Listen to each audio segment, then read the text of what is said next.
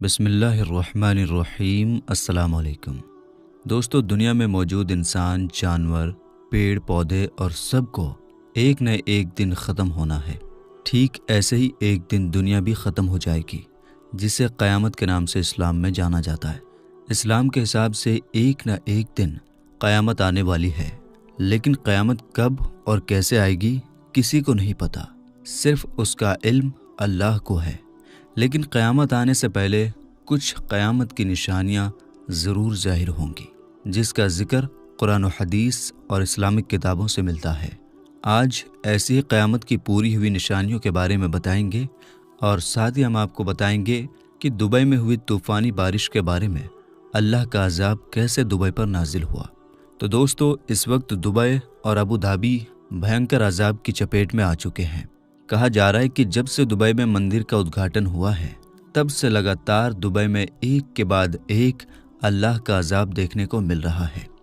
लेकिन इस वक्त दुबई में अल्लाह का ऐसा अज़ाब नाजिल हुआ है कि जिसने वहाँ के पूरे सिस्टम को हिला कर रख दिया है, यानी जिसने दुबई के पूरे सिस्टम को तहस नहस करके रख दिया है, जिसको देखकर दुबई में लोग ऊंची आवाज़ में कलमा तैयबा पढ़ते हुए नजर आ रहे हैं।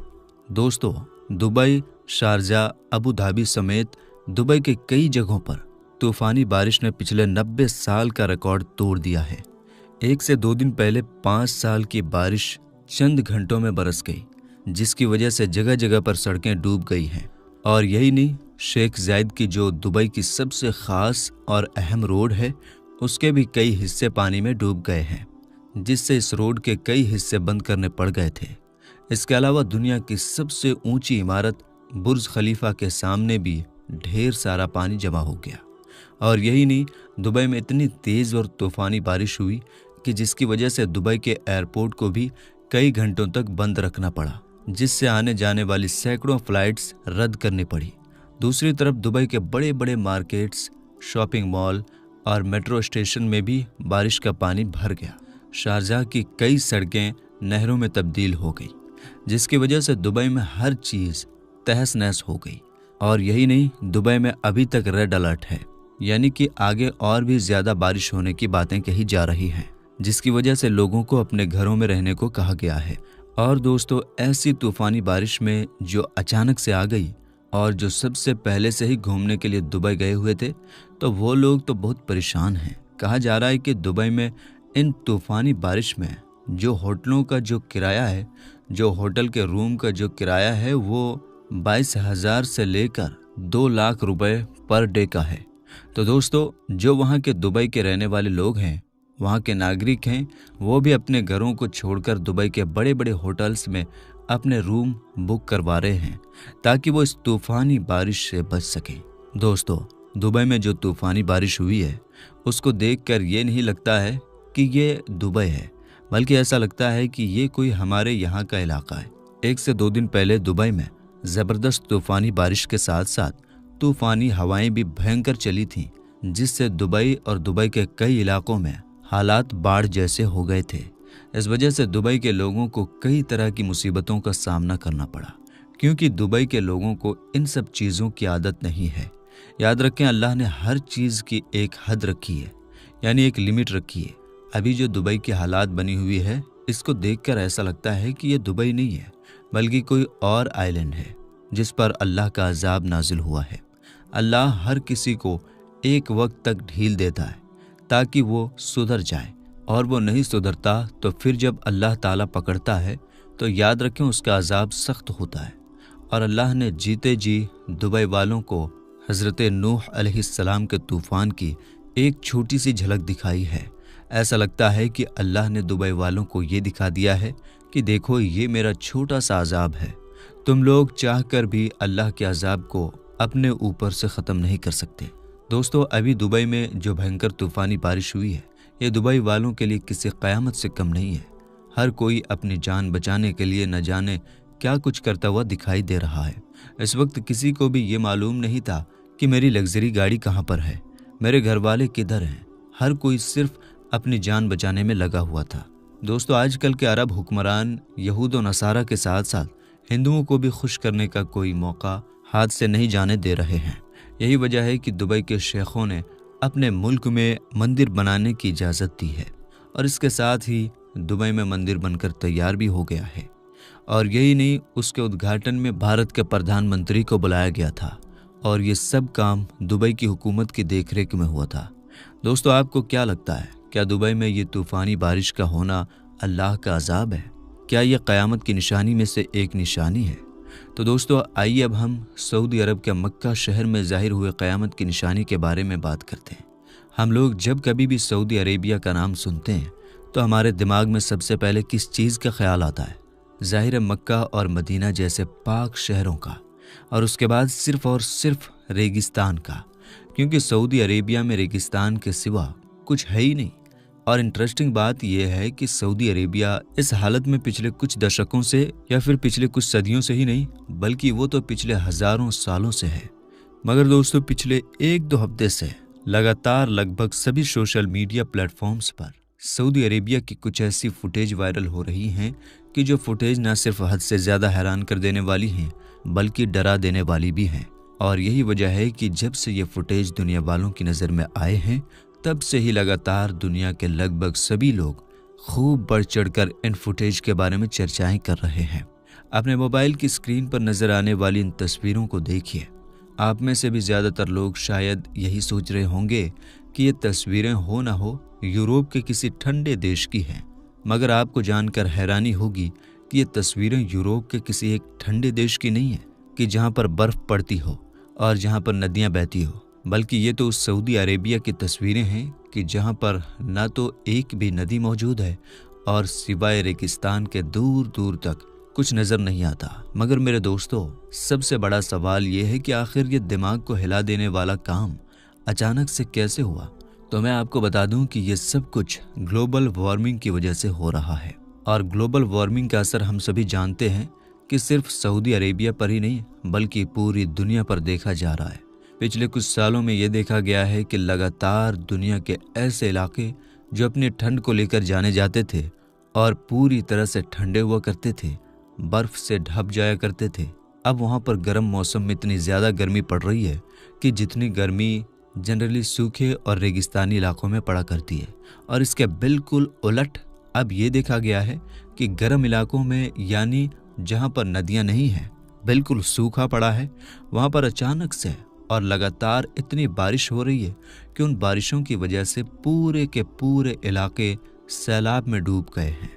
और यही मामला बिल्कुल सऊदी अरेबिया के साथ भी देखा गया है। सऊदी अरेबिया में भी पिछले कुछ सालों में ये देखा गया है कि अचानक से वक्त वक्त पर ऐसी बारिश होती रही है कि जो कई दिनों तक लगातार जारी रहती है, जिसकी वजह से कभी कभी पूरे शहर तक सैलाब में डूब जाते हैं। इंटरेस्टिंग बात तो ये है कि सऊदी अरेबिया के इस तरह के जितने भी फुटेज और वीडियोज सोशल मीडिया पर वायरल हो रहे हैं, उनमें से कुछ तो ख़ास तौर से मक्का शहर यानी काबे के ही आसपास के हैं, जिसमें क्लियर बैकग्राउंड में उस टावर को भी देखा जा सकता है कि जो बिल्कुल मक्का के पास में मौजूद है। मगर दोस्तों, जैसा कि मैंने आपको शुरू में ही बताया कि ये सारे फुटेज और वीडियोज़ हैरान कर देने के साथ साथ डरा देने वाले भी हैं। तो अब सवाल ये है कि भाई, ये तो समझ में आता है कि ये हैरान कर देने वाले हैं, मगर आखिर ये डरा देने वाले कैसे हैं? तो इसलिए क्योंकि इसको सीधे तौर पर आखिरी पैगंबर यानी हज़रत मोहम्मद सल्लल्लाहु ताला अलैहि वसल्लम की उस हदीस के साथ जोड़कर देखा जा रहा है कि जिस हदीस में हुज़ूर पाक सल्लल्लाहु ताला अलैहि वसल्लम ने क़यामत की निशानियों को बताते हुए फरमाया था कि क़यामत उस वक्त तक कायम न होगी जब तक हमारी दुनिया में माल बेतहाशा न हो जाए। यहाँ तक कि एक इंसान अपने माल की ज़कात देने के लिए किसी इंसान को ढूंढेगा तो वो किसी ऐसे इंसान को ना पा सकेगा कि जो उसकी वो ज़कात ले सके। और अरब की वो ज़मीन कि जो खुश्क पहाड़ों और चटियल मैदानों के सिवा कुछ नहीं है, वो भी क़यामत से पहले हरियाली और नदियों में बदल जाएगी। याद रहे दोस्तों कि मैं ये हदीस आप लोगों को वर्ड बाय वर्ड नहीं बता रहा हूँ, बल्कि उसका एक्सप्लेनेशन बता रहा हूँ। इस हदीस से ये बात क्लियर पता चलती है कि क़यामत से पहले ज़रूर से ज़रूर सऊदी अरेबिया का खुश्क यानी सूखा और पूरा रेगिस्तानी इलाका हरी घास और नदियों में बदल जाएगा। अब आप लोग ज़रा इमेजिन कीजिए कि आज से 1400 साल पहले जब अल्लाह के पैगंबर यानी हज़रत मोहम्मद सल्लल्लाहु ताला अलैहि वसल्लम ने अपने फॉलोअर्स को क़यामत की निशानियां बताई होंगी, तो आखिर उन लोगों ने कैसा महसूस किया होगा।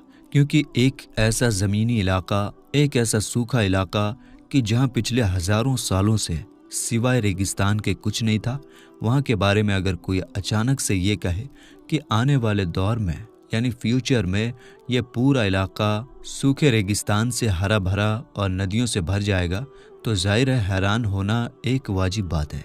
मगर वो बात सच साबित हुई और आज के दौर में हम लोग खुद अपनी आंखों से मौसम के बदलाव की वजह से सऊदी अरेबिया में ये सब कुछ होता हुआ देख सकते हैं। मगर अब सवाल ये भी होगा कि हरियाली तक तो ठीक है, क्योंकि वो तो हम लोग खुद अपनी आंखों से भी देख रहे हैं, मगर अब ये सऊदी अरेबिया में नदियां कहाँ से आएंगी? क्योंकि ये तो जाहिर सी बात है कि अभी तक भी सऊदी अरेबिया में एक भी नदी मौजूद नहीं है। तो इसका जवाब ये है कि जिस तरह से कुदरती तौर पर मौसम के बदलाव की वजह से हम लोग सऊदी अरेबिया में हरी घास देख सकते हैं, तो इसी तरह से बहुत जल्द ही अब मौसम के बदलाव की वजह से हो सकता है कुदरती तौर पर सऊदी अरेबिया में कोई नदी तैयार हो जाए।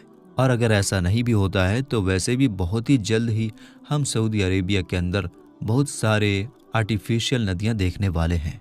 वो इसलिए क्योंकि अगर आप लोग नहीं जानते हैं तो मैं आपको बता दूं कि आज के ज़माने में सऊदी अरेबिया की ज़मीन में ये जो बदलाव आया है, यानी सऊदी ज़मीन में रेगिस्तान से आज जो हरियाली भरी है, उसमें जितना बड़ा किरदार मौसम के बदलाव का है यानी ग्लोबल वार्मिंग का है, उतना ही बड़ा किरदार वहाँ की गवर्नमेंट का भी है। सऊदी ग्रीन इनिशिएटिव नाम से एक मिशन लॉन्च कर रखा है, जिसको वो सन 2030 तक कंप्लीट करेंगे।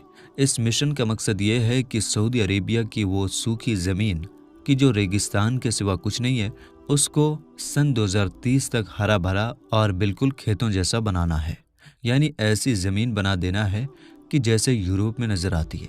इसके अलावा इस मिशन के तहत 50 बिलियन के करीब पेड़ पूरे अरब के इलाके में लगाए जाएंगे, जिसमें से 10 बिलियन के करीब तो सिर्फ और सिर्फ सऊदी अरेबिया में ही लगाए जाएंगे। अब जाहिर है जब इतने ज़्यादा पेड़ लगाए जाएंगे और इतने बड़े हरियाली के मिशन पर काम किया जाएगा, तो इसके लिए बहुत सारी छोटी छोटी आर्टिफिशियल नहरें भी बनाई जाएंगी, जो आगे जाकर आपस में मिलकर वक्त के साथ एक बड़ी नदी का रूप भी ले सकती हैं। फिलहाल दोस्तों, सऊदी अरेबिया से आए हुए इन फुटेज और वीडियोस के बारे में आप लोगों का क्या मानना है? आप लोग इस बारे में क्या सोचते हैं? इस बात को कमेंट बॉक्स में ज़रूर बताएं। हम आप सबका कमेंट पढ़ने की पूरी कोशिश करते हैं। तो आप लोग वीडियो को ज़रूर लाइक करें और शेयर करें अपने दोस्तों में। आज की इस वीडियो में बस इतना ही। हम मिलते हैं आपसे फिर एक नई वीडियो के साथ। तब तक के लिए अस्सलाम वालेकुम, अल्लाह हाफिज़।